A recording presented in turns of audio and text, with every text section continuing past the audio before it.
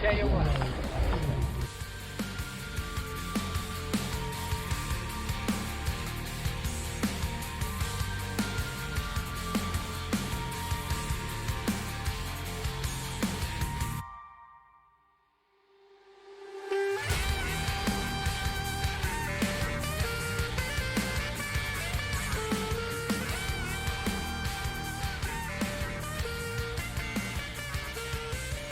Oh, man. All right. You ready to jump in? Yep. All right, everyone. Welcome to episode 94 of the Retic Lounge. This is an exciting one because we're with kind of an OG tonight.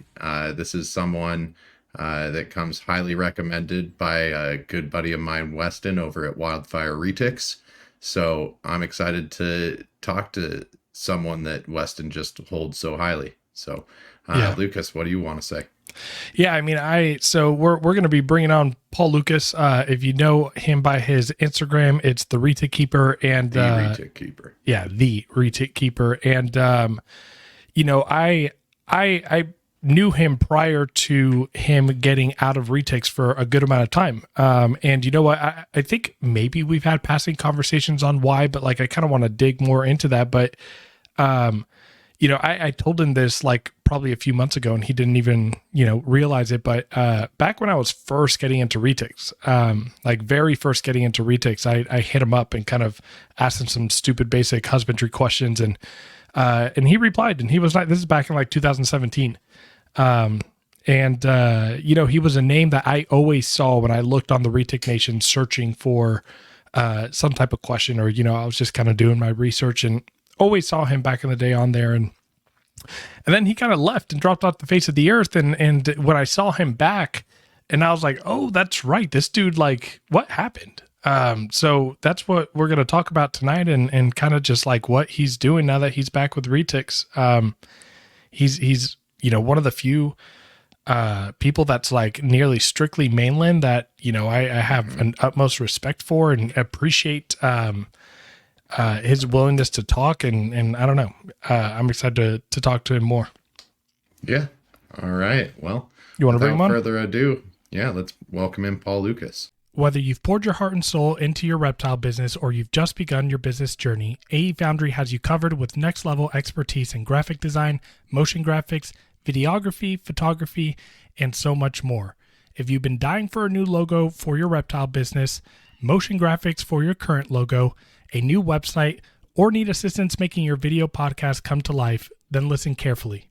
AE Foundry's mission places storytelling at its core. AE Foundry believes that a distinctive story and background are the driving forces that set your brand apart. In today's market, consumers seek more than just products. They crave a connection built on trust with the brands they cherish. AE Foundry is committed to empowering small businesses and fostering authenticity that resonates with their consumers. Reach out to them and let them help you craft a visual narrative that helps establish a genuine and lasting connection with your audience. To contact AE Foundry, email them at aromero@aefoundry.com or on Instagram at AE Foundry. When it comes to housing your retics, trust me, you're going to want an enclosure that will be just as strong and durable as your reticulated python. The Heartland Reptile enclosure is next level tough and will outlive you and your retic by several generations.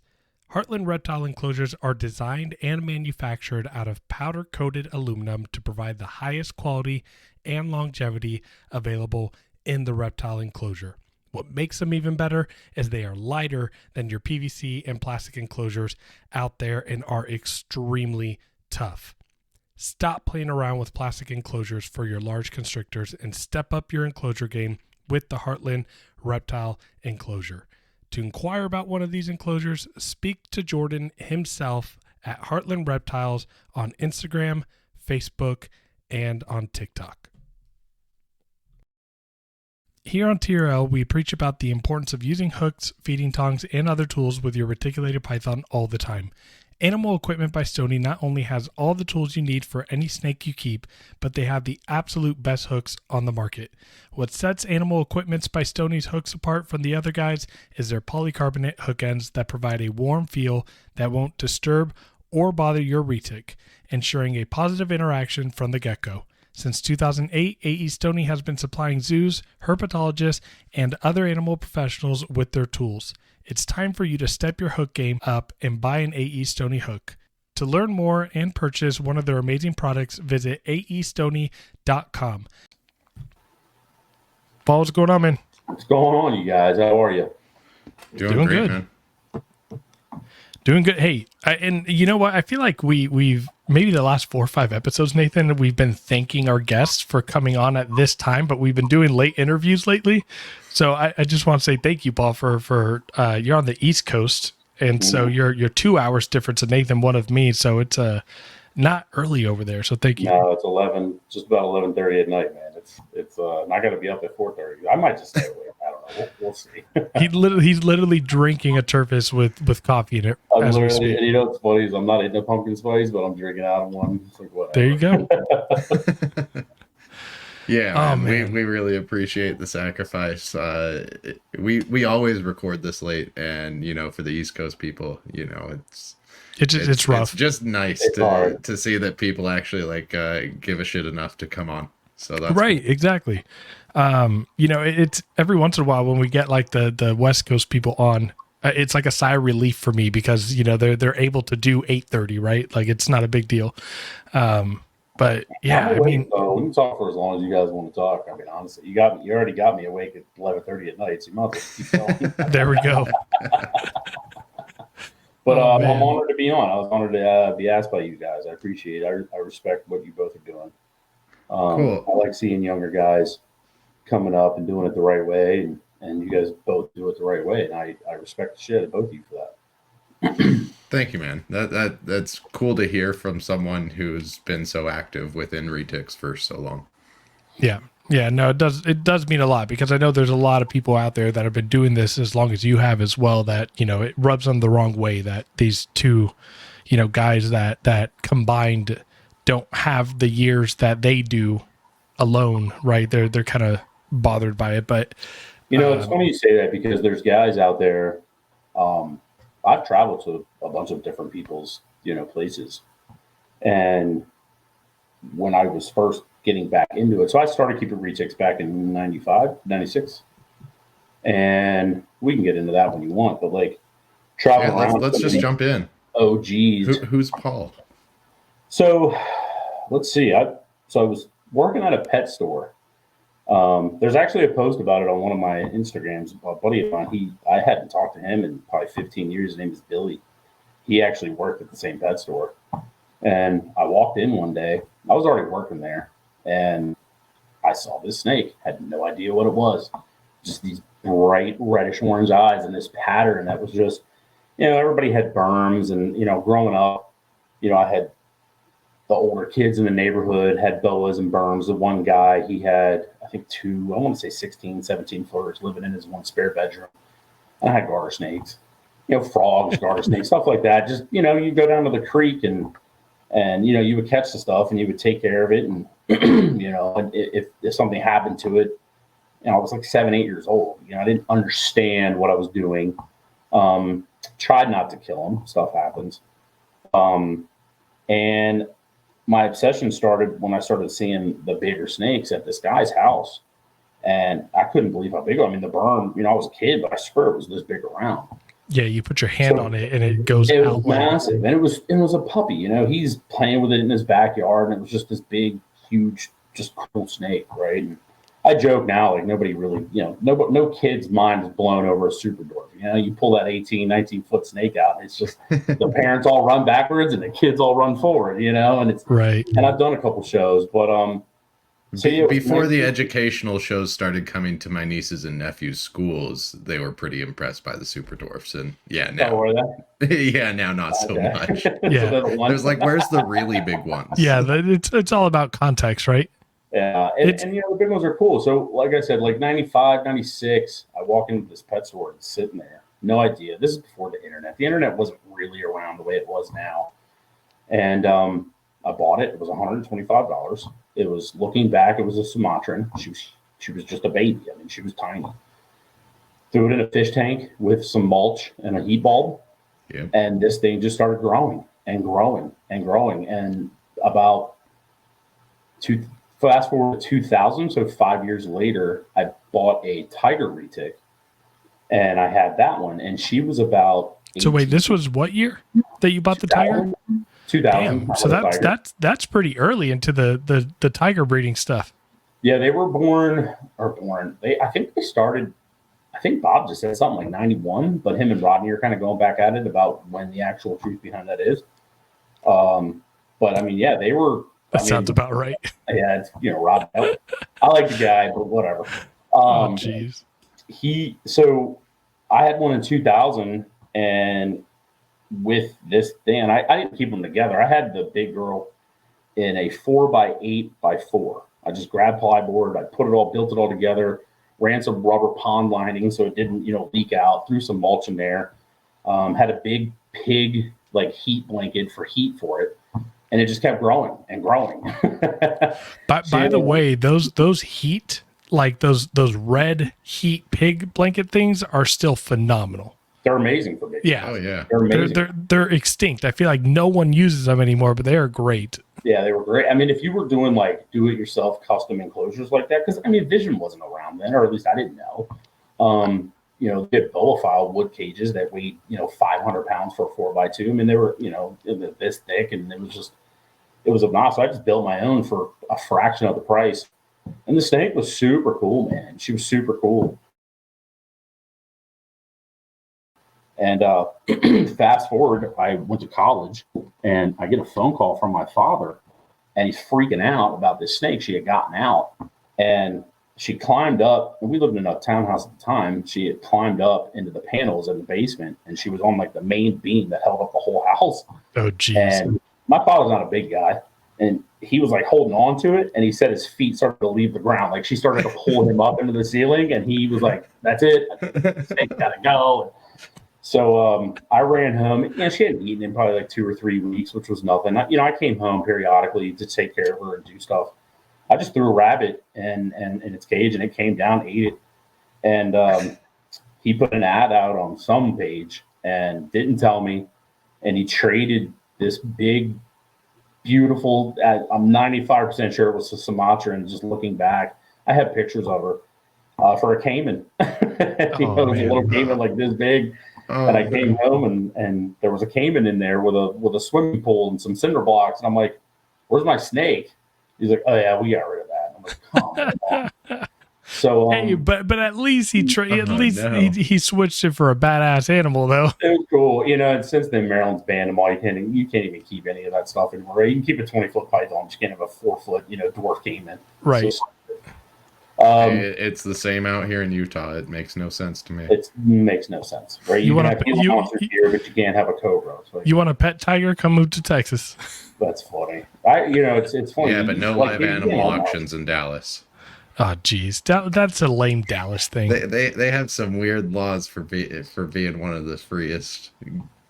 Certain cities have really weird stuff. I don't know what it is. I feel like the bigger cities that do that, it's kind of like they're pushed towards a little bit more on the liberal side, right? They're like, let's make some restrictive, let's limit some freedoms.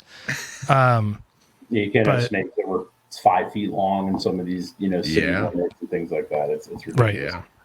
So I ended up graduating in college, and there was about a 8 or 9 year gap. I didn't have anything, and I bought my first house when I was 26. And funny enough, I had a big ass saltwater tank, and I was doing saltwater. I was like, man, I really want to get back into snakes. And on the forum, there was this dude. His name's Andy Garner. I don't talk to him anymore. He had retics. He was posting all this cool stuff, and I was like, whoa! He was posting albinos and other stuff like that. And I was like, man, this is amazing. And it was king snake. And I started browsing king snake, and this, I'll never forget it. She popped up. It was my big yellowhead white face Penelope. And she popped up in this ad from a dude named Jason Gasper.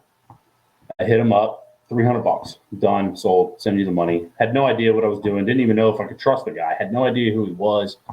This is before Retic Nation was even on Facebook. It It was just a little forum that everybody was on. It was called the Retic Nation, that everybody was on there. And he ended up being on there. You know, Sal, Shane, all those guys were on there. Mm-hmm. Got it in, and it was like, whoa. I mean, her head literally looked like sunshine. Like, it was just like brightest yellow head. And she was super cool. And I was lucky enough that Jason kind of took me under his wing at first. And he was like, look, man, he's like, in order to do this right, he's like, there's a wrong way and a right way. He's like, guys will chase it for the money. He's like, and those are the guys that are always out of this hobby within 2 or 3 years because the passion isn't there to clean these snakes, you know, when they're 15, 14, 16, 18 feet long, like when they're shitting the size of a small horse. He's like, they only want to chase the dollar. He's like, if you're in it for that, he's like, I really don't want to sell you the snake. He's like, but if you're here for the passion of it, he's like, I would love to get to know you. And he kind of opened himself up to me, and his father is like an OG. Like his name's Jim. I never got to meet him. He ended up dying of cancer. And Jason kind of took me under his wing, and he told me, look, this is what you need to do. Like, these females take 3 to 4 years to breed. He's like, if you want to breed, he's like, don't buy a male. He's like, the male will breed in 18 months. He's like, it'll rip its face off. It'll do all these crazy things. He's like, and you're just going to get frustrated. He's like, what are you going to do if you have 5 males and 1 female? He's like, and these snakes will bite you. They will mess you up. I was like, all right, man. So I took his, and the next thing I bought Penelope, and then I bought Sunshine, and then I bought Spaz, which was my platinum jam that I did a lot of cool things with. And Jason, he hit the head on the nail, man. I mean, the platinum jam is the one where Weston still has some animals from that. Diamond? Yeah, that's where she comes from. Okay, cool. So she was 50% Jampea, but his jams were 18, 19 feet long. He pushed. I feel like the Gaspars were really freaking on a mission to be like, screw you, dwarf people. I'm gonna get this snake as big as freaking possible. His father, yeah, Jason told me his father was really the one that pushed that. Like, just was like, no, this snake will grow. He's like, this snake will grow. I'll get it to grow. And they were massive jams. And at the time, nobody knew really what anery was. I mean, you're talking back. This was back in 2008, 2009. Genetic stripe was kind of like the hot new morph. Golden child, albino golden childs were like really like the new thing. They were thousands of dollars then. Still gorgeous, by the way. They're amazing. I love them. Oh yeah. I have a big 14-foot purple GC that I just adore. And it was, so when he made that platinum, he bred that to a het white platinum tiger. To his pure jam, and he made the platinum jam. So he had tigers and normal jam, half Jampea. Nobody really knew that there was anery in there. His big female ended up proving out anery. Travis Cubis proved that out, and that was pretty much how I got started. Was with her, making some cool golden childs, and holding some stuff back. And I had no idea at the time that that snake that he bred it to was either going to carry the any of these genes. I had no idea. I just wanted the snake. She was just beautiful. I feel like we still don't even know what anery is really, but yeah, I don't know. I mean, like when I made Shit Blizzard, when he hatched out the first one, I didn't even know what I was looking at first. What was he?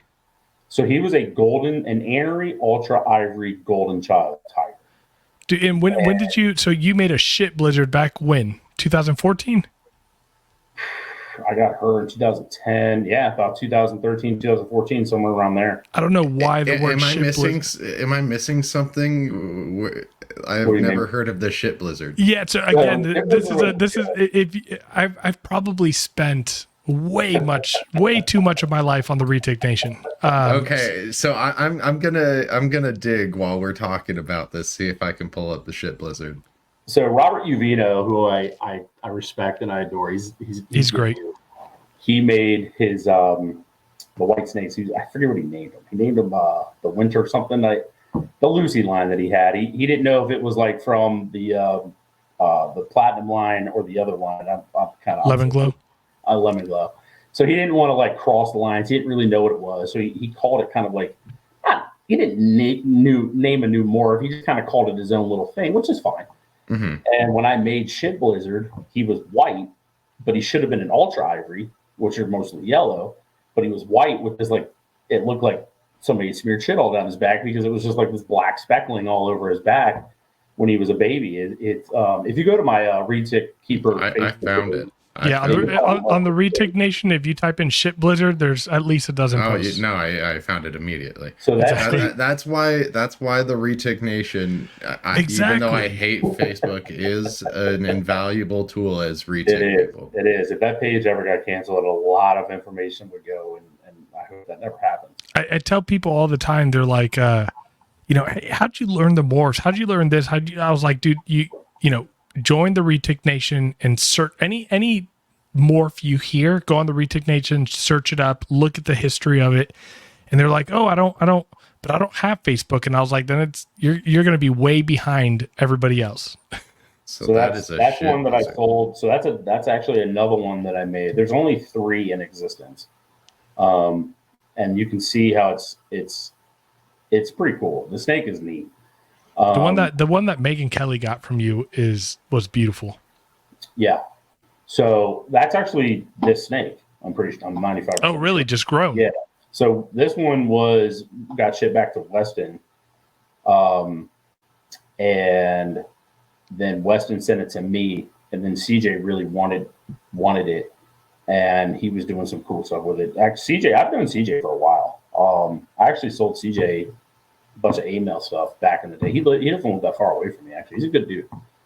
And he's been breeding and doing a lot of different stuff. So, yeah, so that's an ultra ivory Henry golden child tiger is what that is. Jeez. That's and super it's a cool cool snake. It's just a cool snake. It looks nothing like a normal an ultra ivory. It looks nothing like a golden child ultra ivory at all. It's just a neat snake. And like I said, it just looks like it's speckled and shit. So somebody made a joke, and it wasn't like a bash of towards Robert, but it was just kind of like a joke. Like, if his snakes are solid white, well, then these are covered in shit. Let's just call it shit blizzard, and it just stopped. It's just a nickname. It's not a name for a new morph or anything like that. But I wish we would be more creative instead of saying this is a Motley Golden Child Platinum Anery Sun Tiger Fire. Like, it's tiring. It gets tiring as hell, man. It is. I wish about my orange ghost stripe. It's an orange ghost stripe, golden child, tiger, sunfire. Head out. It's like, good God, man. This. Right. So, when we could have just named it like the orange dildo, right? Like, we could have. That's pushing it, but sure. But no, that's Ship Blizzard, man. He's cool. So I made him a couple of Anery Golden Childs and a couple other Anery stuff, and that's kind of how the line got proven out. I didn't prove it out. It was, I proved out my, more and more and more that those snakes that Jason had, the pure jams that he had, were Anery, or at least carried the Anery gene. I mean, I don't think he ever proved them out as to be 100% Anery or head Anery. I believe they were het Anery, and then visuals started coming. Yeah. I had a male Jampea just recently. I did sell it, but I had an Anery Jampea Gaspar line. Awesome animals. Yeah, there he is. He's little. He's just cool. It's super friendly snake. So the original male is actually down in Texas at that zoo. The snake farm? Something exotics. I forget the guy's name. Him and Ryan Parker were like really good friends for a while. Okay. He's all tattooed up. He's an older dude. He has a farm down there. He actually has Penelope. He has Ship Blizzard's mother. And then he has Ship Blizzard. And he was trying to build up his retail collection. And I was kind of moving some stuff out. And then when I got hurt, I just started everything had to go. And so what ended up happening when I got hurt was back in 2019. I was riding around on an ATV. And hold on, do you mind before we get into when you got out of Retics, and what happened? Was your first clutch around 2013? 2000. Man, I'd have to go back and look. It's either 2013 or 2014. So my first clutch of Retics. No, this was in 2011. Okay. My first clutch of Retics, actually, it's a pretty terrible story. Was actually same with mine. I bred a white sunfire tiger to my white face, and I got 25, 26 eggs. And my brother had just gotten into a really bad motorcycle accident. He ended up dying, passing away. So I was in Florida. Man. And when I flew back, my other brother came by the house and he didn't tell me. And he accidentally let the probe fall out of the incubator. So for about 4 days, 3 or 4 days, it was just measuring the outside temperature. I'm lucky my house didn't burn down. Yeah, no kidding. So I came home and it was time to cut the eggs. What a And I shitty walked into my series of house. events. Now, mind you, this is January. This is like, it's January. My brother passed January, was it 10th? They didn't smell it? No, I lived alone at the time. Oh, okay. So when I walked in, my house was hot. And I was like, whoa, like Ooh. hot. And I walked into the snake room and all the snakes were sitting off the heat. And I was like, whoa. And I look over at the incubator and I was like, okay. And I opened it up and it was like, I just got punched by a heater. I mean, it was just like instant. And I was like, no. So I opened it up. I grabbed the snakes out of the tubs and I saw the probe laying on. I knew. I saw the probe laying on the ground. I threw it back in. It got up to 115 degrees. It was way hot. Jeez. The snakes were fully developed. I mean, I'm talking, like, they were ready to hatch. And I started cutting them and I could feel like how hot it was. They hadn't cooked, but they were obviously dead. And I called Shane Costello and like, I just broke down and he was like, dude, I'm so sorry. It was just like, I got kicked in the dick over and over and over. Dude, yeah. The whole clutch was gone. And I had the next clutch was my first clutch of Golden Childs, which were the platinum Golden Childs that ended up being the father of Shit Blizzard was in that clutch. Right behind them. And they hatched out, I want to say like 2 or 3 months later. So it was 2011 when I started producing my first clutches. We also want to thank VivTech Products for being an affiliate sponsor of the Retic Lounge. Stop by VivTech Products for the best UV spectrum lighting on the market that will enhance and improve your snake's overall well-being and health. Visit vivtechproducts.com and use the code ReticLounge23 today for 15% off. Again, visit vivtechproducts.com and use our affiliate code ReticLounge23 today for 15% off. Looking for the perfect accessories for your hatchlings or juvenile retics? Look no further than Heli Guy Serpents. Our sponsor, Chris Sexton, is coming in hot with an amazing 3D printer, creating top-notch perches and other caging accessories for your beloved pets. Enrich your retics environment with their high-quality products. Use our promo code TRL10 for a 10% discount on your purchase. Visit them today at heliguyserpents.com and start giving your pets the best. Heli Guy Serpents, the premier source for 3D printed caging accessories. Again, that's www.heliguyserpents.com and use our promo code TRL10 for 10% off all of your 3D printed accessories today. That's one thing they don't tell you about breeding really any animal, let alone just retics, is, my first season, I just got lucky with everything and everything hatched, but second season, wasn't as lucky, had some stuff that, either drowned or, hard belly and, passed away. So it hits you and you think you prepare yourself for it and you don't really know until it's presented to you. Yeah. And it sucks, right? Because like the breeding process takes so long. Dude, it's literally a 6-month process, and people don't realize that. And I'm like, dude, from the time that the female is building follicles, you do introductions, the ovulation, the shed, prelay shed, all that crap, and then it's almost 90 days in the incubator. Like, dude, it takes forever. Stuff goes wrong, and you're just like, man, I feel bad for monitor breeders, man. Yeah, the black dragons take 180 plus days. Dude, no, thank you, man. It's insane. I think the lace are like 210. But at least with monitors, they kind of get in a rhythm and they just start pumping them out, right? But like, retics once a year, if not once every 2 years. I mean, I remember like Sunshine and Penelope. They were sisters. They were both from Lavenders, and they were a year apart. And they would cycle every 18 months. One would cycle 1 year, and then the next one would cycle the following year, but it was 18 months later. So they were like, and they both did it, and it was weird to see that. And meanwhile, my platinum Jamp, she literally laid eggs on the same day 4 years in a row. Jeez. So it's just like clockwork, and the clutches kept getting bigger and bigger and bigger. Her last clutch was 71 eggs out of a 15-foot, half Jamp.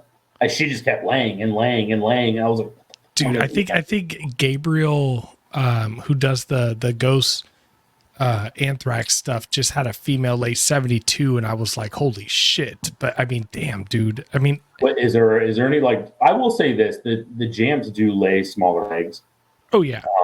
I mean, I've posted pictures, I've got big hands, and the Jamp eggs are probably like this big, whereas the Mainland eggs, they're 1.5 the size bigger. My purple, as big as she was, when she passed away, she ended up developing a tumor.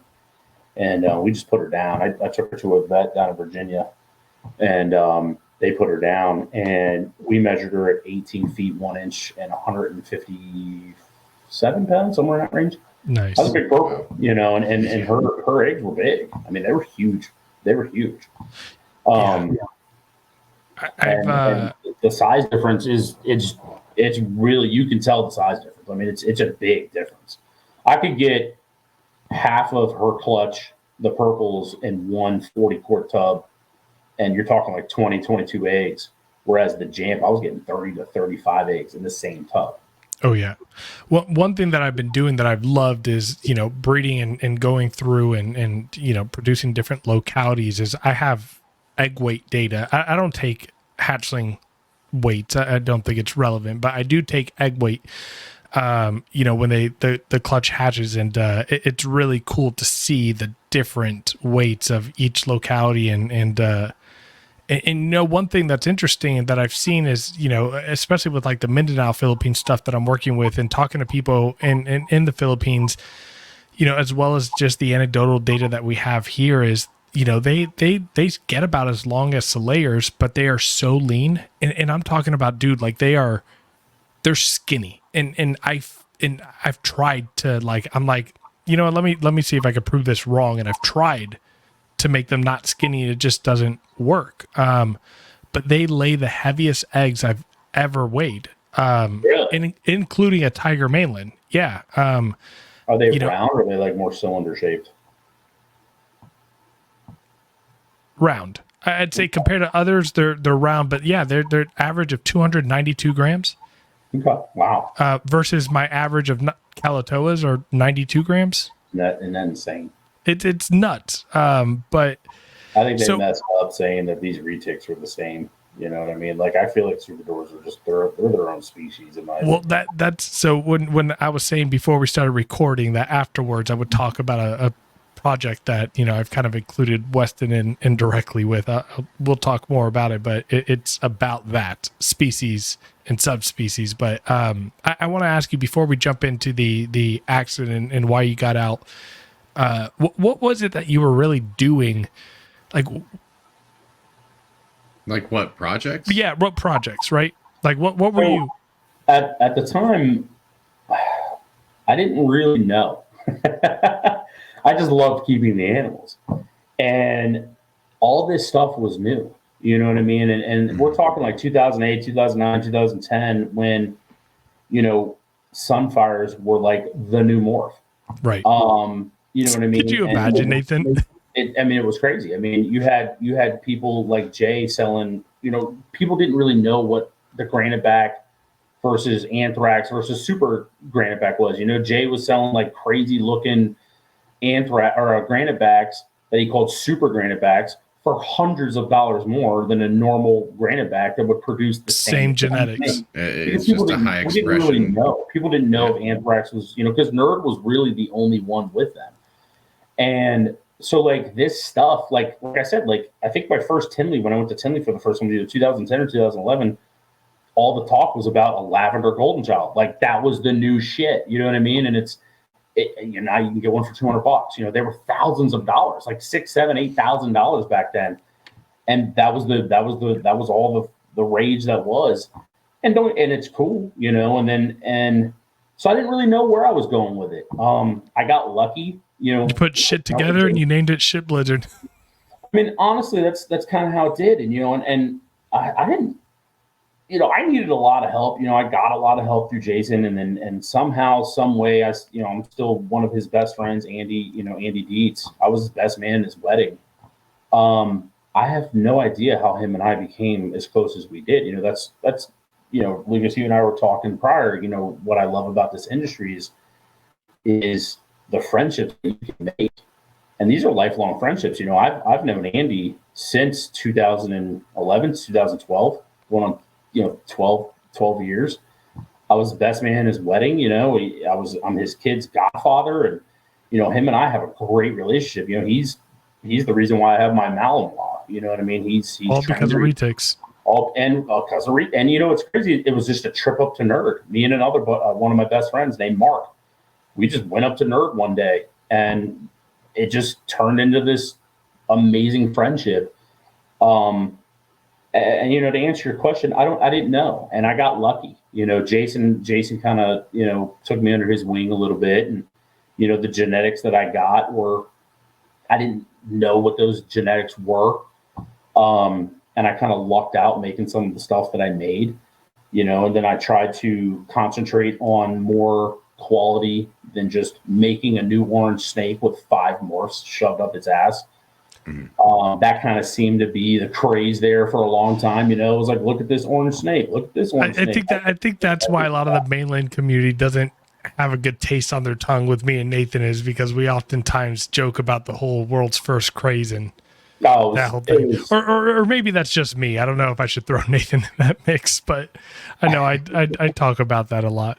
I mean, I made a couple world's first without even trying, and it was cool to do that. It's cool to be able to say that you did that, especially being, a guy that was literally breeding out of a shed, or his basement, and just keeping them for a hobby. And then, at the time you had Bob Clark, you had Nerd, you had Jay, these guys, between the 3 of them, had thousands of retakes.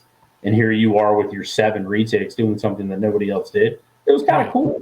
Right. And you're right. A lot of people were chasing world's first back then. Who could breed this the first? Who could breed that the first?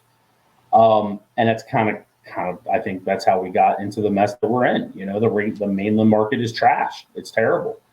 But looking back, I don't know. My goal was to make just a really quality snake. I mean, I was selling purples for good money, and I had a waiting list. I mean, Sunshine's last clutch, it was 42 eggs. They were gone in 2 weeks. I had even people today hitting me up. Hey man, you got any purples? You got any purples? Like, nope. Dude, even to this day, the purples that Weston's working with that come from you, they pop. There's purple and there's purple, right? Like there are animals that really look good, but I'm biased towards my super dwarf purple line more than any other super dwarf purple that I see. So she kind of pops get too. The same feeling, But that's where Paul was saying that's where we messed up, because no one was sticking with and refining the great examples. It was just throwing new morphs and mix them around. Ocelot right now. People are just don't making them brown. They're making them ugly as hell. Yeah. Listen, don't. Aubrey makes some of the most beautiful ocelots out there, and people are getting away from that. People are throwing anything they can. Sorry, the Phantom Ocelot shit. It just is. It browns out the snake. It takes all the silvers out of it, and it's ruining a snake that almost by itself is perfect. And I've said that from the beginning about Ocelot, which is why I have one, and my only goal with that animal is just to take it to every locality I have and try to produce even better ones, like just Ocelots. We don't need more. Into a Kaiwati or a Kalatoa, and I think the silvers are going to be way ahead of you. But I guess my question for you, again, and I know that we keep just building onto this, but you mentioned the mainland market being shit, and you talked about the trouble that we got in. What do you see as what's needing to happen to turn that around a little bit? I'll be honest with you. I don't think it ever will at this point. There's just too many guys just doing whatever they want. 4, 5, 6, 7 clutches for what? Stop breeding the hets, stop making the triple hets, unless you yourself are going to have the end game of what you're trying to do, right? Like what Jake is doing, for instance. I have a lot of respect for Jake. He's trying to make these hypoanthraxes. I get it. You have to have the process, right? You've got to have the multiple, recessive genes. It's just like when I had a purple anthrax. Rodney made the babies. He bred, I think it was a head-to-head made the I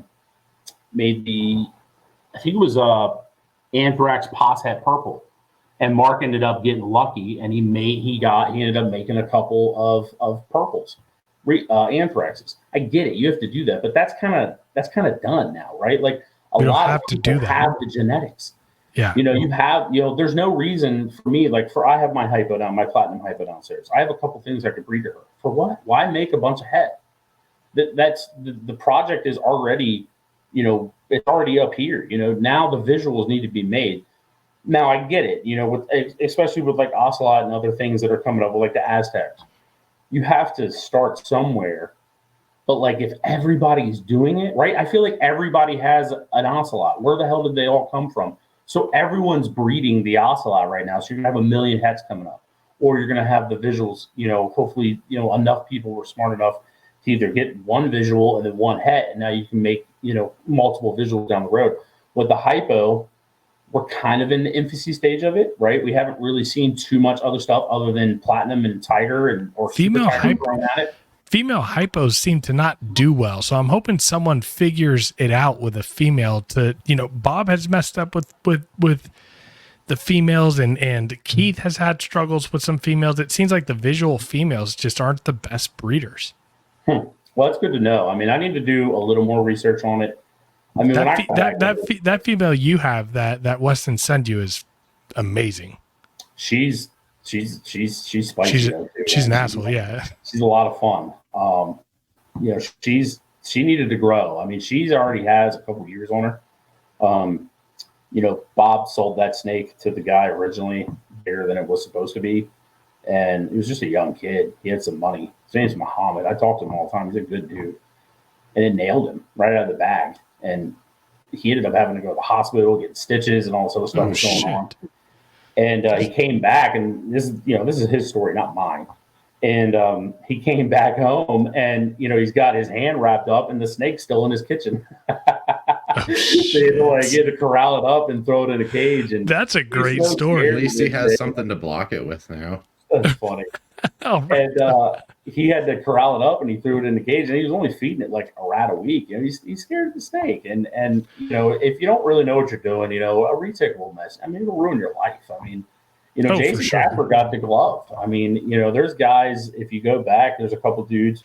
I forget his name off the top of my head. He had like an 8-foot golden child male that he claimed was a puppy that hit him in the forearm. And it looked like somebody hit him 2 spots with a machete, slit him open. Yeah. And those males, like I have one that he's usually great. And even just the way he took his last rat, I was like, dude, Nathan want to be on the other end of that. he grabbed it and shook it like a dog. Yo, I know that was a crazy example of feeding, because Nathan took the time after that. Like we feed retics 100 times, throughout, much. Nathan literally fed that dude that one night and literally had to text me about like what the hell just happened. That's funny. Yeah, he's usually a powerful eater, but man, I've never seen a retic shake its food before it wrapped it. Like an indigo, right? It wasn't slamming it against the walls or anything like that, but I mean, is that what indigos do? Yeah. Indigos aren't constrictors. They use their jaws and crush prey, so they bite down and just start like. That's crazy. Yeah, you're not allowed to have them here, so I had no idea. Yeah, no, they're pretty cool. So I appreciate the insights and thoughts about like just the mainland market, and I couldn't agree more when it comes to like people. It seems like people aren't learning from previous generations of retic keepers and breeders, but they don't need to. people have to stop taking the cheapest way to get to what they want to do, which is just put two snakes together, because you create a bunch of nothing, and it just oversaturates and floods the market. And I was a sucker. I bought an ocelot like 2 years ago, and literally like 8 months, when I had my first clutch is when all of a sudden a bunch of them started, a bunch of hets started popping up, and I was like, well, this fucking sucks. Like, And it's see, like, I think the dream, selling somebody the dream, is over, right? Mhm. Like, hey man, you can buy this hat and this hat, and then I'll sell you this visual, and in 3 years from now, you'll have all these. And it's like, well, why aren't you doing it then? Well, it's like, oh wait, it's because you already have the genetics. You're already 3 years, 4 years ahead of me. So selling someone, especially a new person, this dream of like, I'm selling you these snakes for $5, $6, $7, $8,000. You're going to turn around and breed these snakes, and you're going to make the same amount. No, you're not. I mean, everybody saw what happened with the pies. People were buying for $25,000. 3 years later, they were $5,000. You know what I mean? It's happening right now with Aztec. So there you go. I mean, and it's the problem is that a lot of guys that are coming in that think that like there's money in this industry are doing the same thing. They're buying that chasing it down dream, not realizing that it's 2, 3, 4 years from now that they're going to see any of their money back at all, if at all.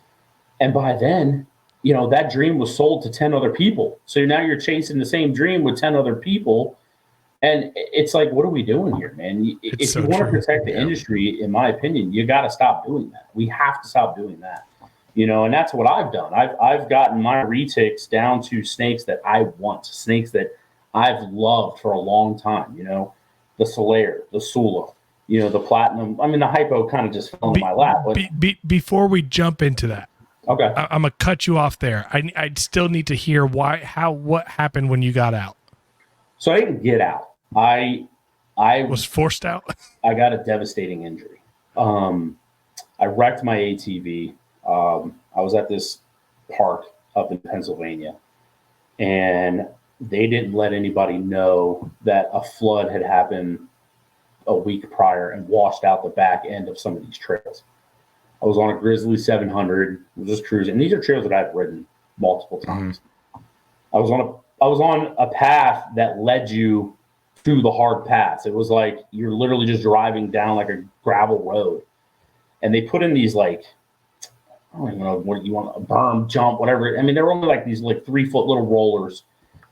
And, Grizzlies are not the most agile thing in the world. I mean, they're either used for farm or, you can raise them up. And like what I did was I had a small lift kit on it and bigger tires, and I love climbing the rocks and having a good time. Well, I came up over this one, and I was doing maybe 20, 25 miles an hour. And there was a boulder that had washed into the middle. No warning, no nothing was hidden behind it. It hit the front of the four-wheeler dead on, stopped it instantly, and catapulted me off faster than, I'm a big boy, faster than I could blink. And next thing you know, I'm laying on the ground. I ricocheted off of another boulder. This is it's called Mountain Ridge ATV Park. I mean, it's you guys can look it up. What ended up happening was my right hand side, I ended up ricocheting off of a boulder, and I ended up splitting my entire pelvis completely in half on the right side. Ooh, it was it's called an acetabular fracture with a full pelvic fracture. So the acetabular part is where you fracture the joint where the femoral head. You learn all this when you're laying half dead into a hospital. Right. If your femoral head goes into the joint here, I basically other way. I cracked this entire the socket all the way through. Luckily, I didn't crack my femoral head.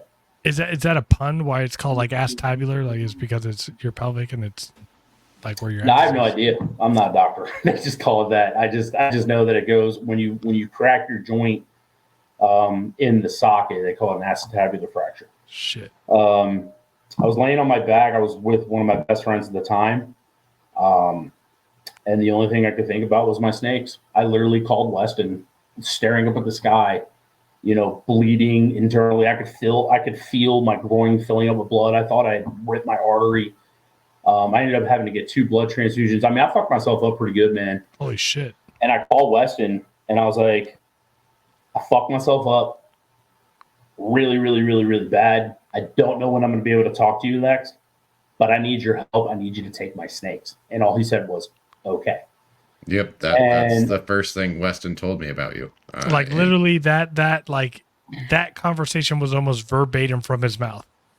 I mean, that's literally how it happened. And, and that was unfortunate. I was like literally, and it was crazy because I had just fed them all. I didn't know what was going to happen. This was on a Saturday. I had just fed everything. I had like 30, 35 retics, adults, and like maybe 70 or 80 baby. I think I ended up sending Wes almost close to 200 snakes. So I'm laying in this dirt field, not knowing what's going to happen, not knowing I can't move. The pain, I can't even describe the freaking pain, man. And they ended up sending me up to this hospital. It's called Conemaugh Medical Center in the middle of bumfuck PA. Should have never went there. Just ended up going, talking to the doctor. The doctor ended up going to Northwestern. I thought I was in good hands with them.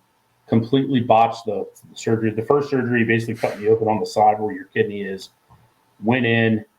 It's like, yeah, man, you're fixed. You're good. I ended up having to get a blood transfusion. He's like, we put five bolts in you. He's like, we got it set. He's like, you can't put any pressure on it for 3 months. You can't walk, can't do anything. He's like, you just need to let it heal. It's a non-weight bearing. I'm like, what does all this mean? What does this mean?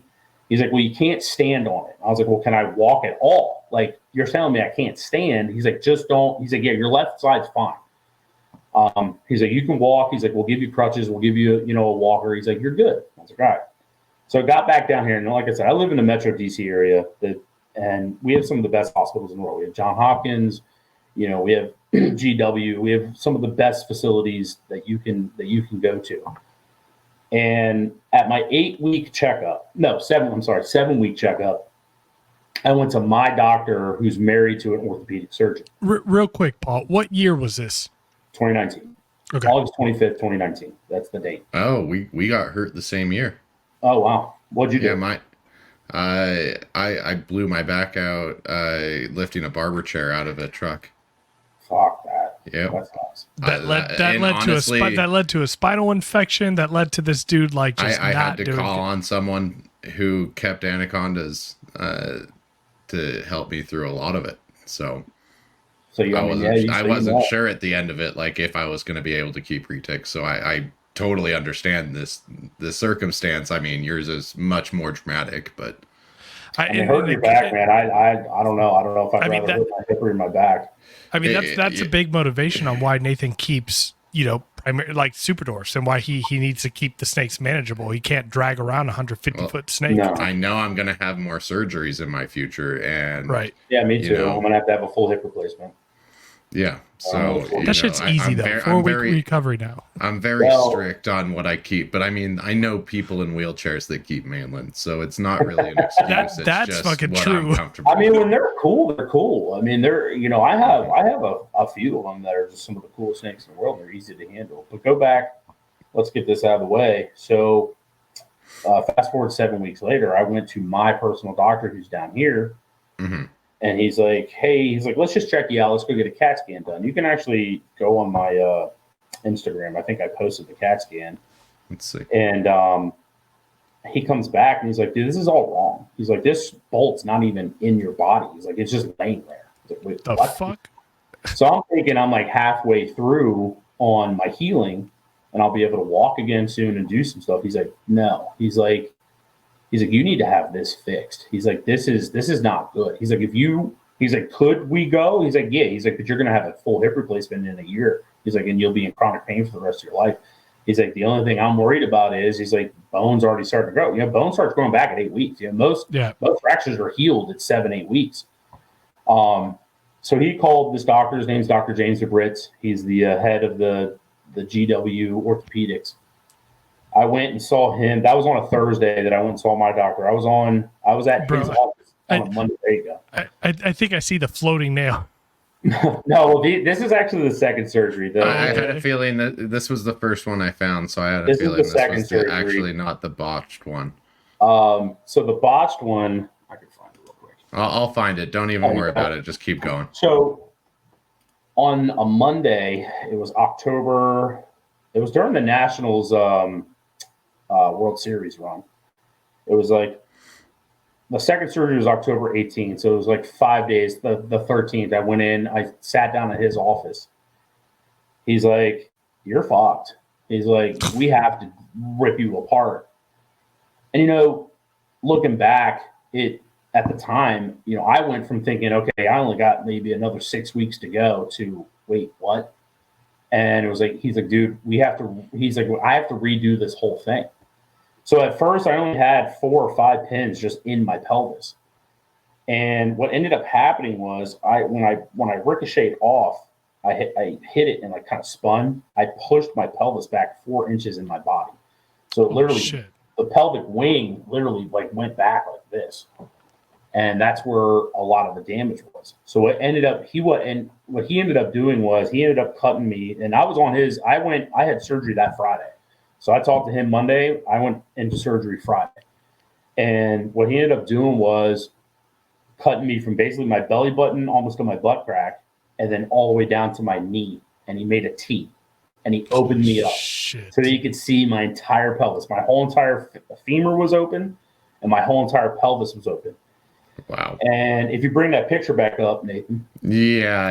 I have a feeling that's the only one that's on here. That's fine. I can kind of explain it. So what ended up happening was he had to cut the pelvis when it's up here. He had to cut it, pull it forward, put it back in. There's one bolt that's like bigger than the rest. That kind of holds the whole fracture together. And then he kind of so if you look at the big bolt right there, like right looking at you right in the middle, those 2 bolts hold the whole fracture together. You can actually see the fracture in the picture. It goes up. And then they had to cut part of my femur, the muscle right there, because my femur was still out of the socket, to pop it back in. So then they had to put the bolts through the muscle and the bone back on. And then the wing, you can see there's screws kind of going every which direction at you. He had to like piece it back together. Imagine being a fucking orthopedic surgeon and saying no, before this, I'm talking about your bot surgery. Imagine being an orthopedic surgeon and saying you're good and you don't even have your femur aligned inside of your freaking pelvic. Yeah, no, that was I was trying to see if you could pull up the other one. You can see my femur is actually out of the socket. Oh wait, there's a few pictures here, so that's probably no. That's me walking. That was me working out. That was months. That motivation. No, that PT is what keeps you healthy after. So the fact that you're putting up that many plates, that's great. That's a great sign that you had a good surgery team. Yeah, no, he was awesome. So the surgery was 14 hours long. I was intubated for 12, 13. I actually woke up in the middle of it and I heard them talking. They were like, I think it was like table 3 or 4 is waking up. It's too early. Put them back out. That happened to me in my knee surgery, dude. I woke up screaming and they had to put me back out. Yeah. I woke up like gargling because the tube was down my throat and like I was trying to like get at it. And I was tied down, to the bed. And I hear them going, he's got to go out. And then the next thing you know, I woke up in the ICU and had nothing on me. And, the whole process started over. And their biggest thing was infection because I had a cut from my belly button to my ass and all the way down to my knee. And that was had to put you in a damn bubble. Well, and that was my biggest question because I ended up with infection. So, the whole PICC line process and clearing. I had a PICC line in. Yep. So what happened? That's the infection came about a year ago, which was really odd. I just woke up one day with a massive infection on my leg, like right where all the scars were from the cut, and it was all like centrally located on my hip. And they had no idea what was going on. I went in thinking, I was just going to take some antibiotics. So like, we're putting you in the hospital. We're worried about you going septic. And I was in the hospital for like 5 days, and they put me on vancomycin. And I had a PICC line in my left arm straight to my heart for like 2 weeks. Luckily, nothing else has happened since then. But to go back, so I was in a wheelchair for 4 months. I was on a walker for a month after that. And then it took me almost a full year to relearn how to walk. That's why I got out of snakes. Got out of retics. Yeah, I mean, I got out. I didn't have anything, dude. I didn't even have a freaking goldfish. I mean, I had. Well, I had you my had dog. monitors back then. Like, it wasn't just Everything the was gone. retics. I had nothing. Yeah. Dude, Let me rephrase that. The only snake I had was Sunshine, and I had her up in my spare bedroom, and I was able to roll over. Same thing, like you said. You know, there's guys with Mainlands. I was able to roll over, and that snake. I did educational shows with her. I did everything. She was just she was just so easy, and I literally would just let her out, and she would crawl into the box. Like it's almost like she knew the. I mean, I had her for 13 years before she passed. She, you know, it was kind of like she knew the program. I would put her in a box, and I would go in, and I would, you know, I could lean into the cage, clean it, do what I needed to do, put new paper, throw it down, and you know, I ended up keeping her. That was the only snake until she developed a tumor out of nowhere. She just started growing this big mass on her side. We were watching it for a little bit. This is after I was healed. Like I was able to walk by now, and I was able to do things with her. And they said, you know, this is probably gonna end up killing her. You know, we can watch it. And she stopped eating. And then when she stopped eating for about 2 months, I said, all right, like I don't want to kill my snake. Like she's gonna die. I don't want to kill her in a terrible manner. So, like I said, I took her down to Virginia. Dr. Seaves, Dr. Stahl, things called Seaves. He only does with exotics, and they ended up euthanizing her. And I was so upset. I didn't even think about keeping anything from her. I just let them dispose of her.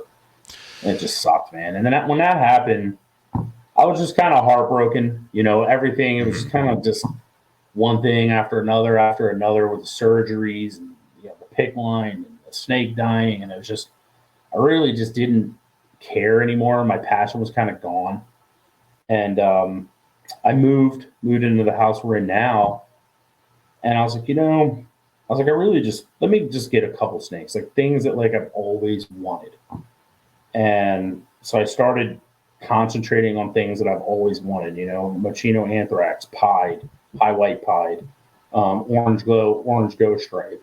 You know, snakes that are like not very many. Were these animals that, like, while you weren't keeping a bunch, were you still keeping tabs in the retic community, and you were seeing these animals starting to be like, what made you like lean in? I mean, like I said, so the thing I love about this industry again is the people you meet, right? I mean, some of my best friends like Shane, you know, Jordan Luck, you know, Mark, you know, Weston, like these guys, you know, they're, you know, my buddy Todd, like they all keep these snakes, and you know, there's more. I mean, there's a whole list of people, but you know, these are like my closest friends, and you know, they still have these animals. I mean, we all know who Shane is, we all know who Weston is, and you know, these guys, and you know, I'm in group chats with them and stuff like that, and they're just good dudes. We talk about everything now. You know, now I have a daughter, and you know, we talk about everything. Like even when I didn't have the snakes, we were still friends. You know, we were still talking. Like they were extremely supportive. Like, you know, the conversation went from retics to, hey man, how are you? Hey, what's going on in your healing process? Yeah, hey, went to life. What's going on? You know, talking about, you know, just a bunch of different stuff. You know, stuff that, you know, some, you know, it's extremely private, and some things that, you know, who cares, who knows. And you know, it's amazing to have that stuff that you can lean on with other guys. Like a lot of guys don't have that. You know, I'll be honest with you. Like some of the friendships, and don't get me wrong, I have a few friends here that are local to me that I adore, and they're my boys. But like some of this stuff, you know, because you don't see these guys every day, and it's like you get online and you can talk to them, and it's just kind of stuff that like it just, you know, you resonate with them, and they kick stuff back to you, and you kick back to them, and you know, and they've just been some of the most supportive group of dudes that I've ever had in my entire life too, you know. You know, Shane and I, you know, we've been friends for a little over a decade. You know, we've traveled the country, gone to these places. I've, you know, go to his house, spend the night. You know, his kids know me. You know, we've gone to Chicago, or he lives, I mean, going out to Vegas, and you know, we were both, you know, in a wedding. You know, then we're going out to California. You know, we're for our buddy Jordan. You know what I mean? Like we do things outside of snakes. And that's really awesome. So keeping tabs with them was easy because it just, I was already friends with him. So seeing the things that Shane's been doing, seeing the things that Weston's been doing, you know, a lot of the stuff he's been doing is pretty cool. Like a lot of it has been stuff that like either I produced or like he's gotten from me, which is awesome. And some of the stuff that he's making is absolutely killer. And it's been really cool to get snakes back. Like I got that Anery Ultra Ivory. That's awesome, man. Not Ultra Ivory, the Anery Super Molly. Like it's one of the coolest looking. It almost looks like a ship lizard. Like it's just cool looking. Yeah, it really does. So you know, I've gotten my. That's got to be. I'm sorry, I'm going to interrupt you there because that's got to be like you go through a shit storm, right? You yourself went through a ship blizzard. And to be able to like still make the connections and then get animals that came from the animals that you produce, like that's meta. Like that's cool. that's so cool. Damn cool, man. And that's a reason that's why. Like, heartwarming. I mean, that purple. So I have a purple head anthrax, right? She's directly from Sunshine because that's a baby that Weston has. His girl Soleil. You know, that's a purple that I produced, and now he's sending me back snakes that he's producing from a snake that I produced, right? Like, that's pretty awesome. You know, it's the same thing with Diamond. You know, that's how Weston and I met. He bought Diamond. And, you know, and it was one of those things where, you know, people call me an asshole, whatever. It is what it is. I just don't have time for games with a lot of these people, you know? And so when Weston hit me up, he didn't really know much about the game. He had money and he wanted to spend some money. And I told him, like, look, these are the snakes I have up. If you really want them, you know, it's going to cost blah, blah, blah. And, you know, if you're doing it right, I'll help you. And I saw him doing it right. And to this day, I still help people if they do it right. And I tell them, like, you know, if you're going to go to 5 or 6 different, I'm not saying my way is the right way. I'm just saying my way works. That's all I'm saying. So if you go to 4 or 5 different people, it'll work. So it's not wrong. But if you're trying to implement what this person's doing, you know what I mean? And you're trying to do all of it as one, and you're just going to not have success.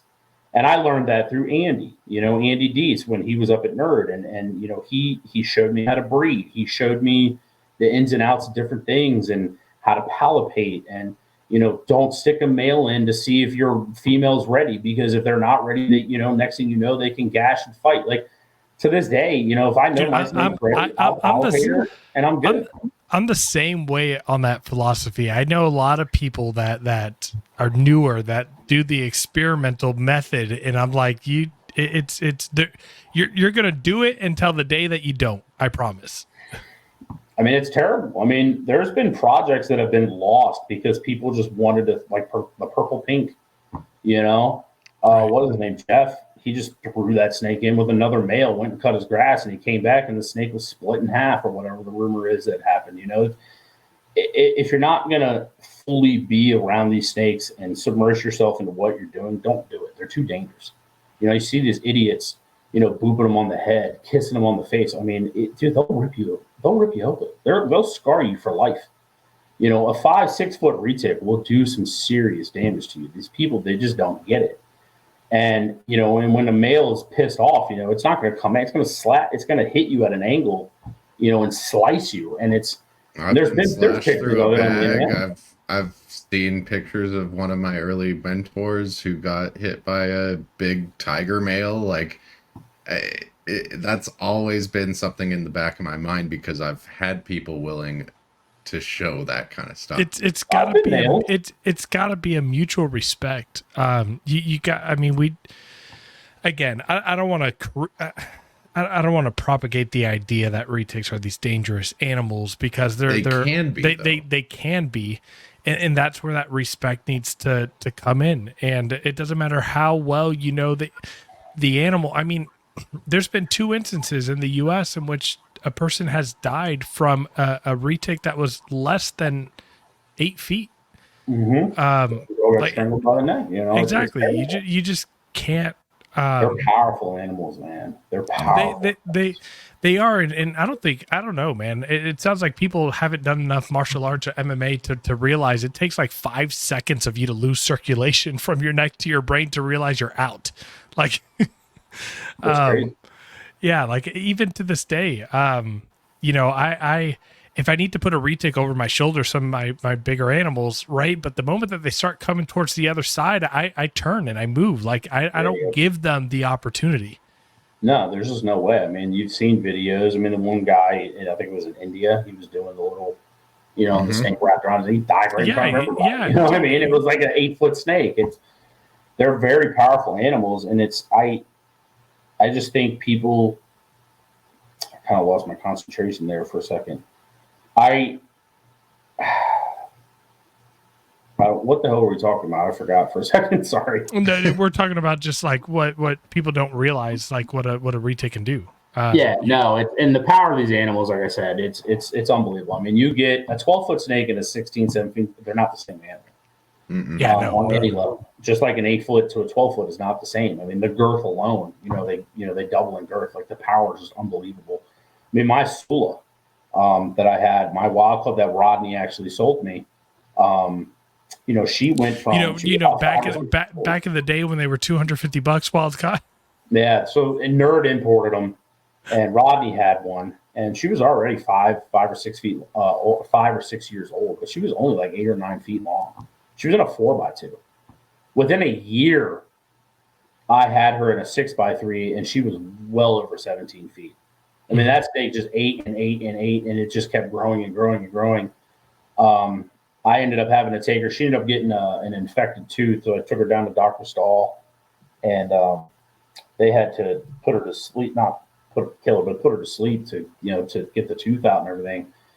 And they measured her 18.3, and she was 162 pounds. I mean, she was a big ass snake.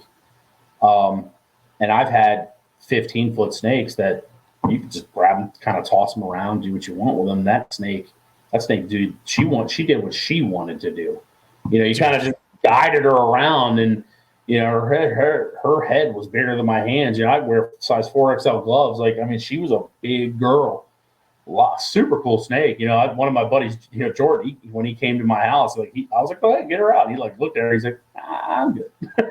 No, I mean, I'll say this: my Solaire, she's not a massive, snake, but she's about 13 and a half feet, but about like 85 pounds. And again, compared to Mainland, that's nothing. But she, I've learned that like if I when I'm cleaning her and I take her out, if I have water in her tub, she goes in no problem. If I don't have water in that tub, it's a 5-minute battle to get her in that damn tub, or not tub, but container to get her. The one you're going to hold her into when she's going to exactly, because that's pretty wild. Yeah, there are some animals that just like again, it doesn't take a massive retic to teach you a thing about like respect and their power. Because if they have the will to not do what you want them to do, they're not going to do it. No, it's a lot of animal. I mean, that platinum hypo I have now, she's easily 12 feet long.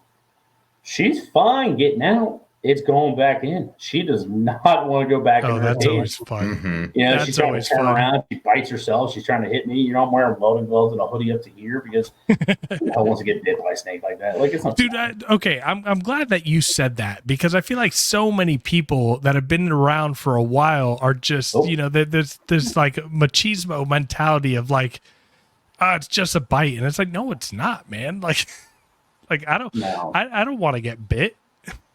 Snakes like that can ruin your life. I mean, if they hit you in the hand, I mean, they could sever tendons. They could take out, your ability to use your hand. I mean, you got to be careful with that. I mean, I think Gavin took a devastating bite and almost ruined his tattooing career. Yeah. It's like, why not take the extra precaution? Especially with the snake that is going to bite you.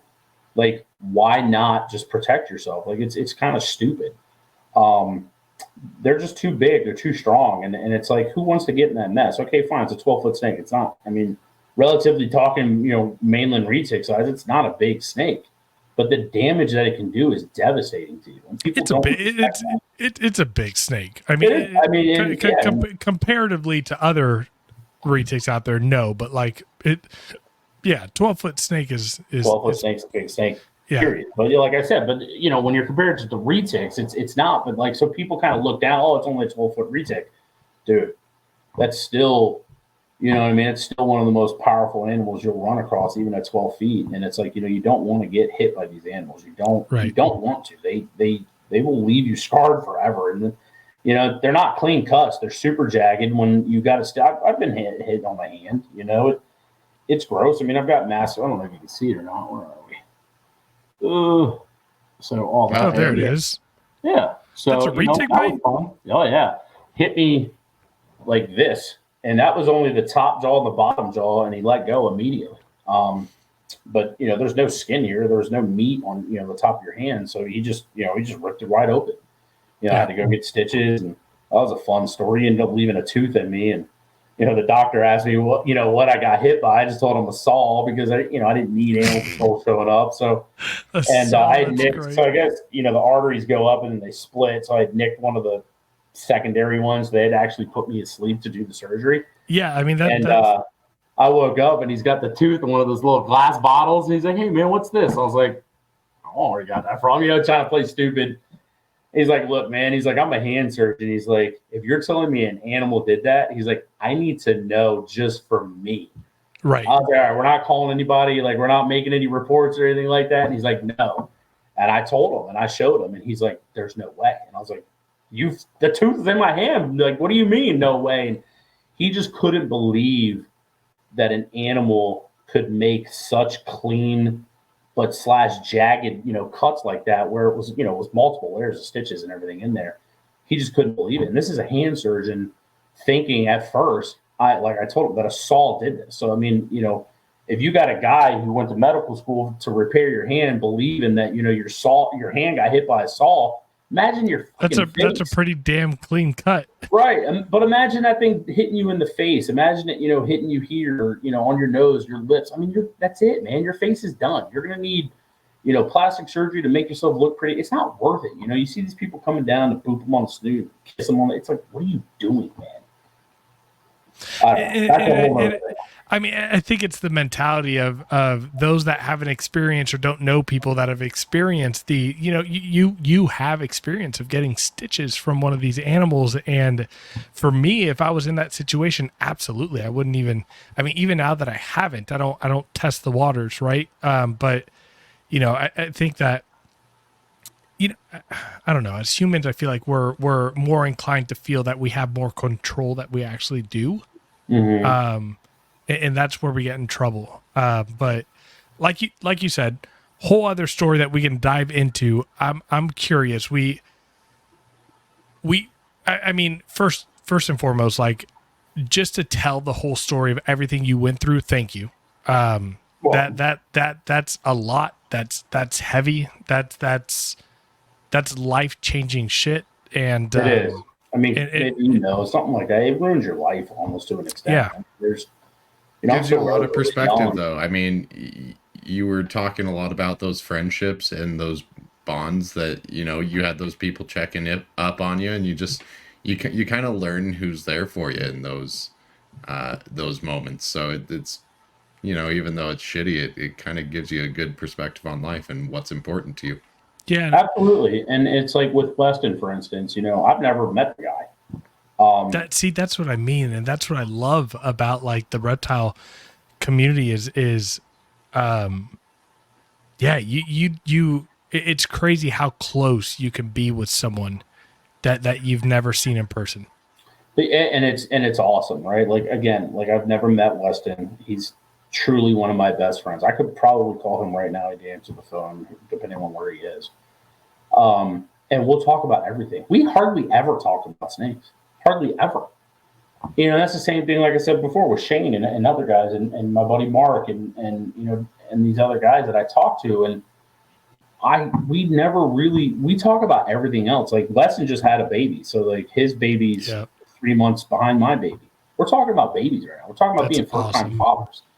And these are we're talking about our relationships and, his work and my work and, and his father and my father. And, like, we're just like, it's on a personal level that you never would think that you could experience with somebody that you've never met in person. And, like, I love this dude.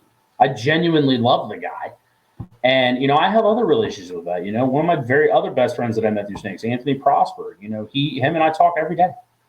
And it's and we talk about everything again but snakes. And these relationships have been amazing. And don't get me wrong, and like I said before, like some of my best friends are local. One of my good buddies, I've known him since college and stuff like that. But like, I see them all the time, so it's not like we're going to go get in depth of like these personal things where it's like these guys with Shane and all these other guys.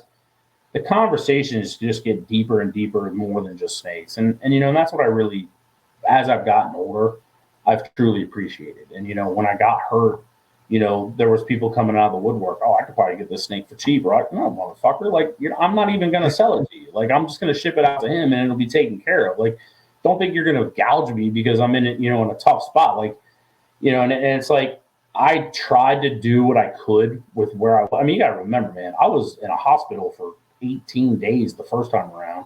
I was in a hospital for 19 days the second time around. You're talking almost a month and a half of just being in the hospital. I couldn't walk, couldn't hardly even wipe my own ass. So it was like, people came through for me and people came and they helped me out big time. And, the snakes were shipped out as fast as they possibly could. And, and it was one of those things like that was my like literally like I was literally laying on the ground bleeding, broken in half, and like the first thing I thought about was, oh man, what am I gonna do with my retics? Yeah. And if I didn't have the people that I have who I'm still friends with, 5 years later, I honestly don't know what I would have done with those snakes. I don't know if I would have had to call the Humane Society to come and get them, and luckily that we never had to go down that road. And I had people willing to go above and beyond. And, it's for your collection to go from however many snakes you have to getting 30 adults plus X and almost, you're talking 100 plus babies, like that. You know what I mean? Like that's a massive, huge take. And I'm forever grateful for him for doing that for me. I think it's huge that animals can bring people that close together. And I want to say that because that was your first thought, it only makes sense that you jumped back in full force. So let's talk about like, what are you doing right now to like what's different? The comeback plan? Yeah, the comeback plan. Like what are we doing? So it's for me right now, it's just keeping.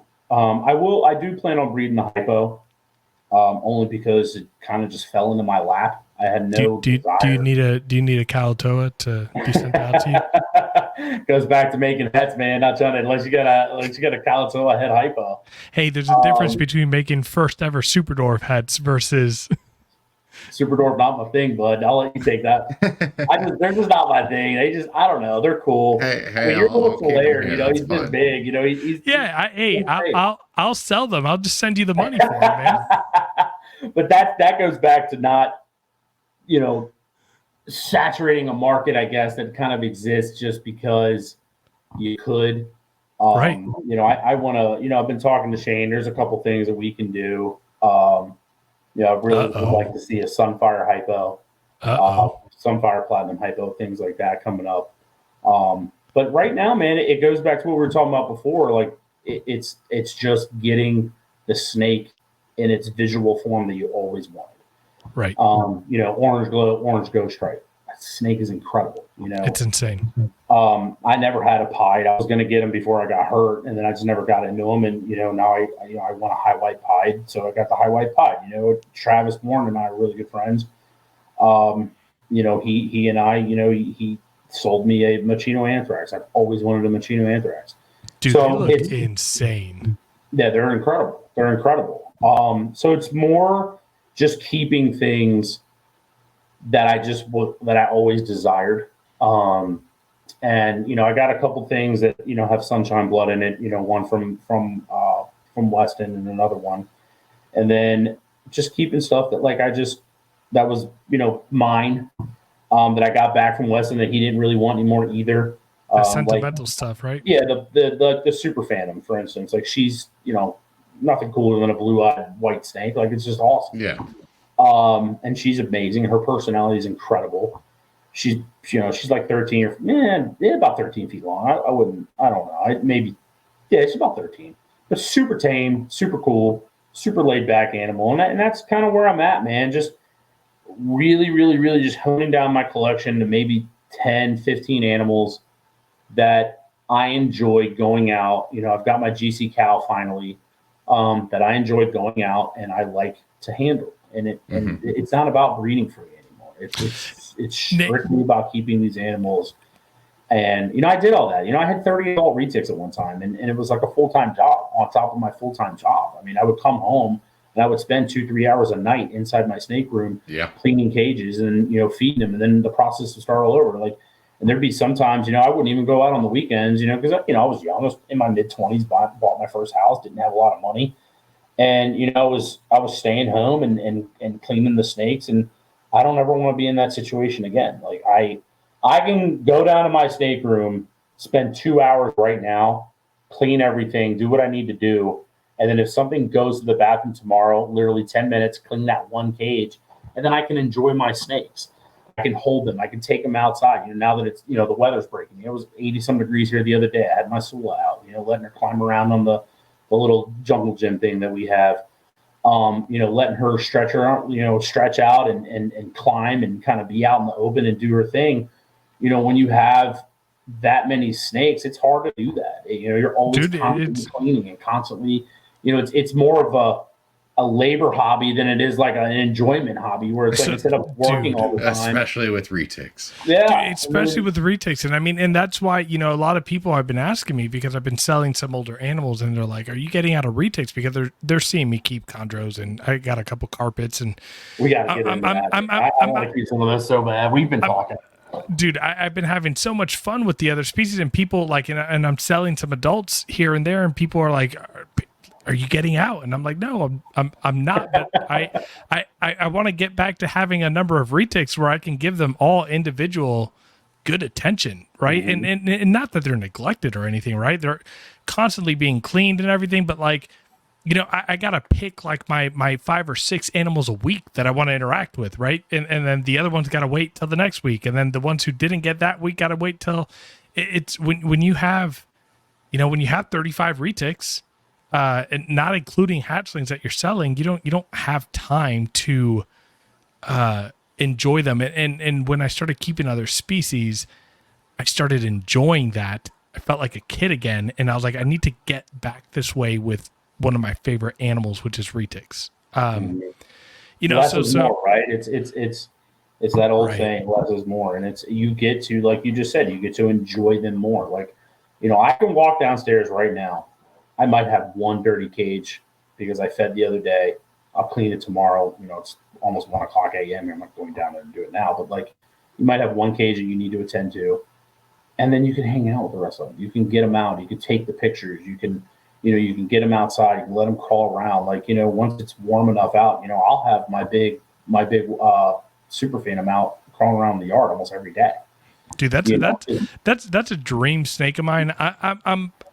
I'm trying hard not to buy any more retics, but I'm sure Nathan, I know Nathan likes the Phantom Complex with the cows and the super phantoms, but like that's why I like them. I don't think I need to mix Phantom into really anything else. Those are the exactly. two goals. And for me, like there's nothing more dreamy than a 15-foot white retic. See, to me, there's nothing more dreamy than a 9-foot white retic.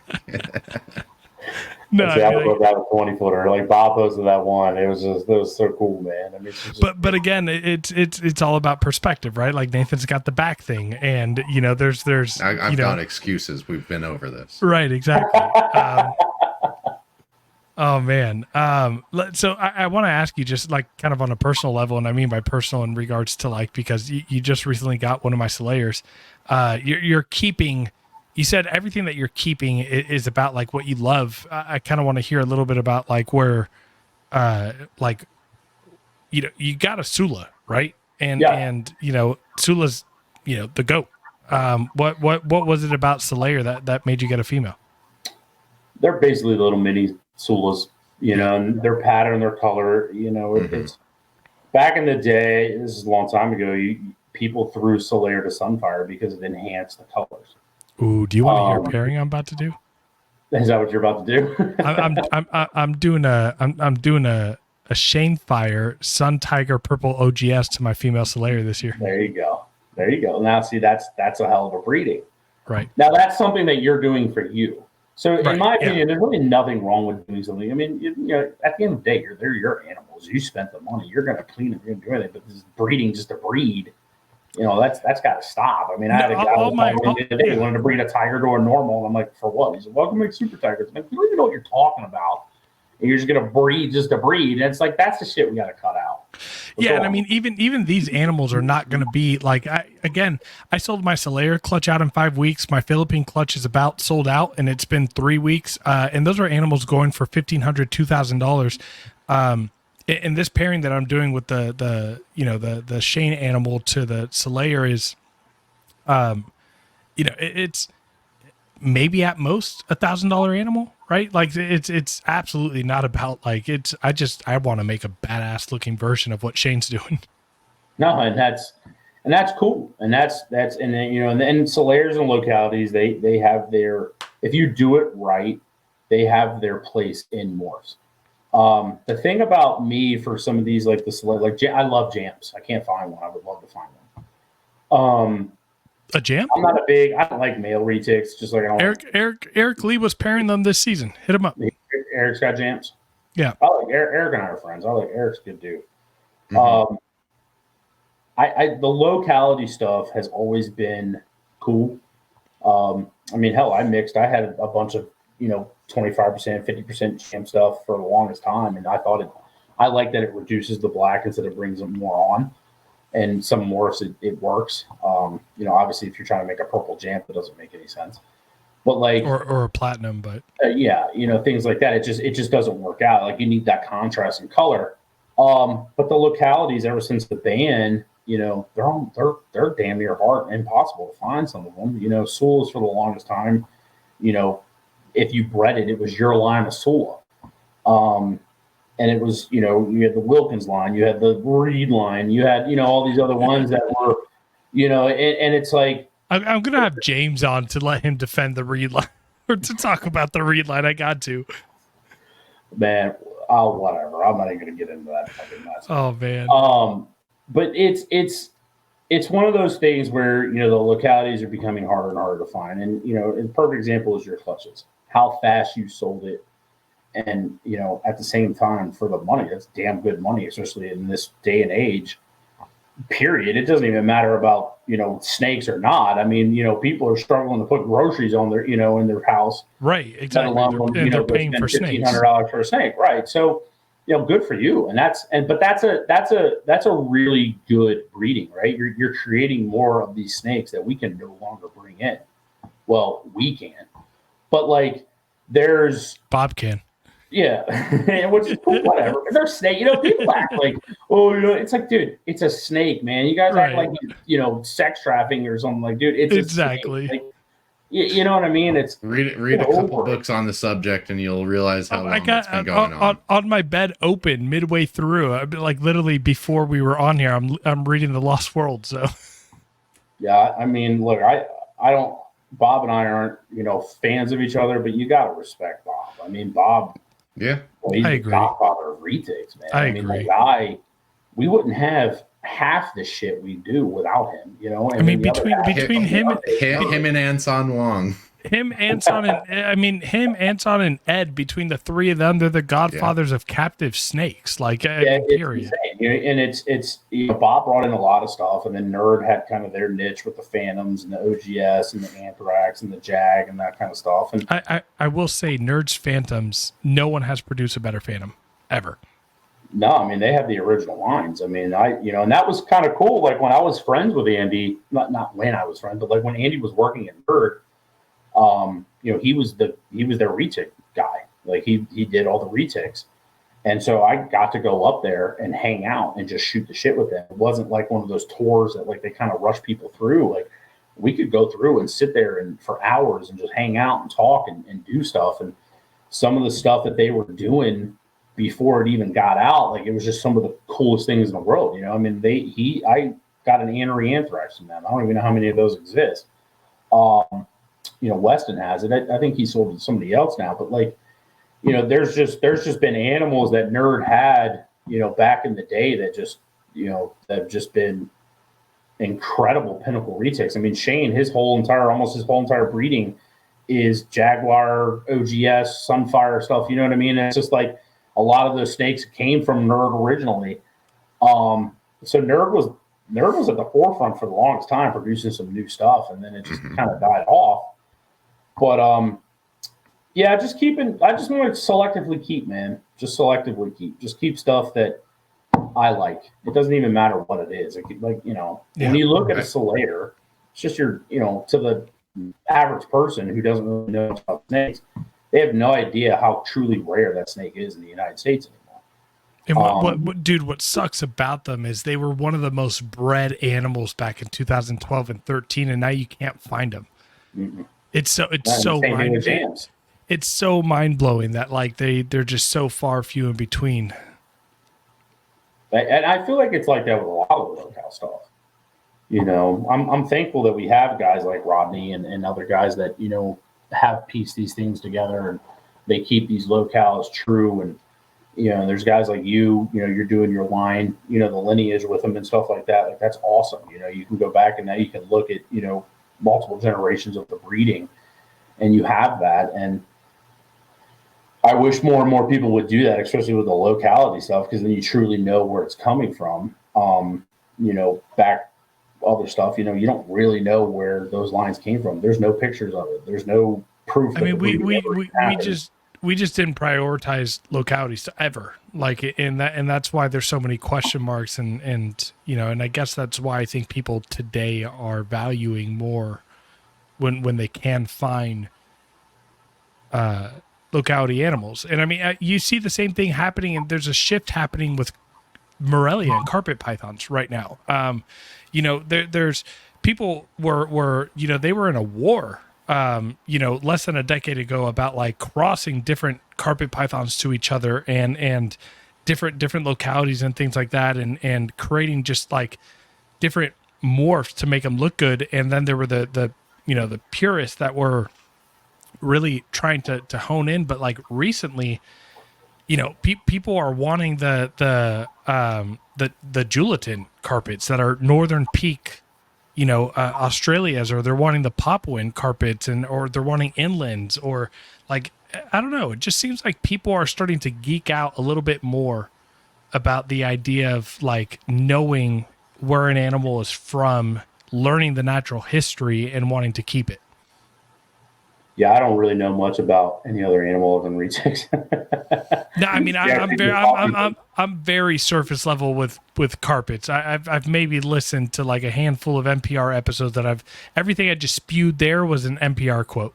They're beautiful animals. I mean, I love other species. I just never really got into them. But no, you're right, and it's unfortunately it sucks that it took a ban for kind of people to kind of get that passion going, and it's like now that we have limited animals to do these breedings with, that is why you were able to do what you did, how fast you sold out, because they're not run-of-the-mill snakes, you know what I mean? And these animals are going to be of high value, I think, in the next 20 years, where if you have a lineage like that and you're talking a pure, non-inbred on any level snake, it's pure in its pure form, they're going to be harder and harder to find, and that's going to be a top tier snake for a lot of people for years to come, because it's going to just be harder and harder and harder, with the inbreeding and everything else. I mean, everything's inbred at this point, right? The morphs are, you could date almost all the albinos back to the original. You could date almost all the sunfires back to the original super sun, like the pied that will make some Bob brought in, like all those getting, they all came from one animal. Whereas you have a lineage showing multiple generations of different breedings for your one snake. Like, that's amazing. You know what I mean? Yeah, I will say we have about less than a decade until they start to get cross and inbred and things like that. But it's gonna. I'm gonna try to convince Nathan to us do an episode on, we did, Nathan, you and I did an episode on line breeding versus inbreeding. But I want to talk to you a little bit about doing an episode on like the I guess the perceived ethical dilemma of line breeding that people in the Retic community have, and try to like dispel and debunk some of the preconceived, because I've been doing a lot of. We'll discuss the ins and outs of it later, but let's keep this focused a little bit, Lucas. I want to get back on the rails. Paul, I want to. We got a couple Patreon questions to wrap up, if that's cool. Nope.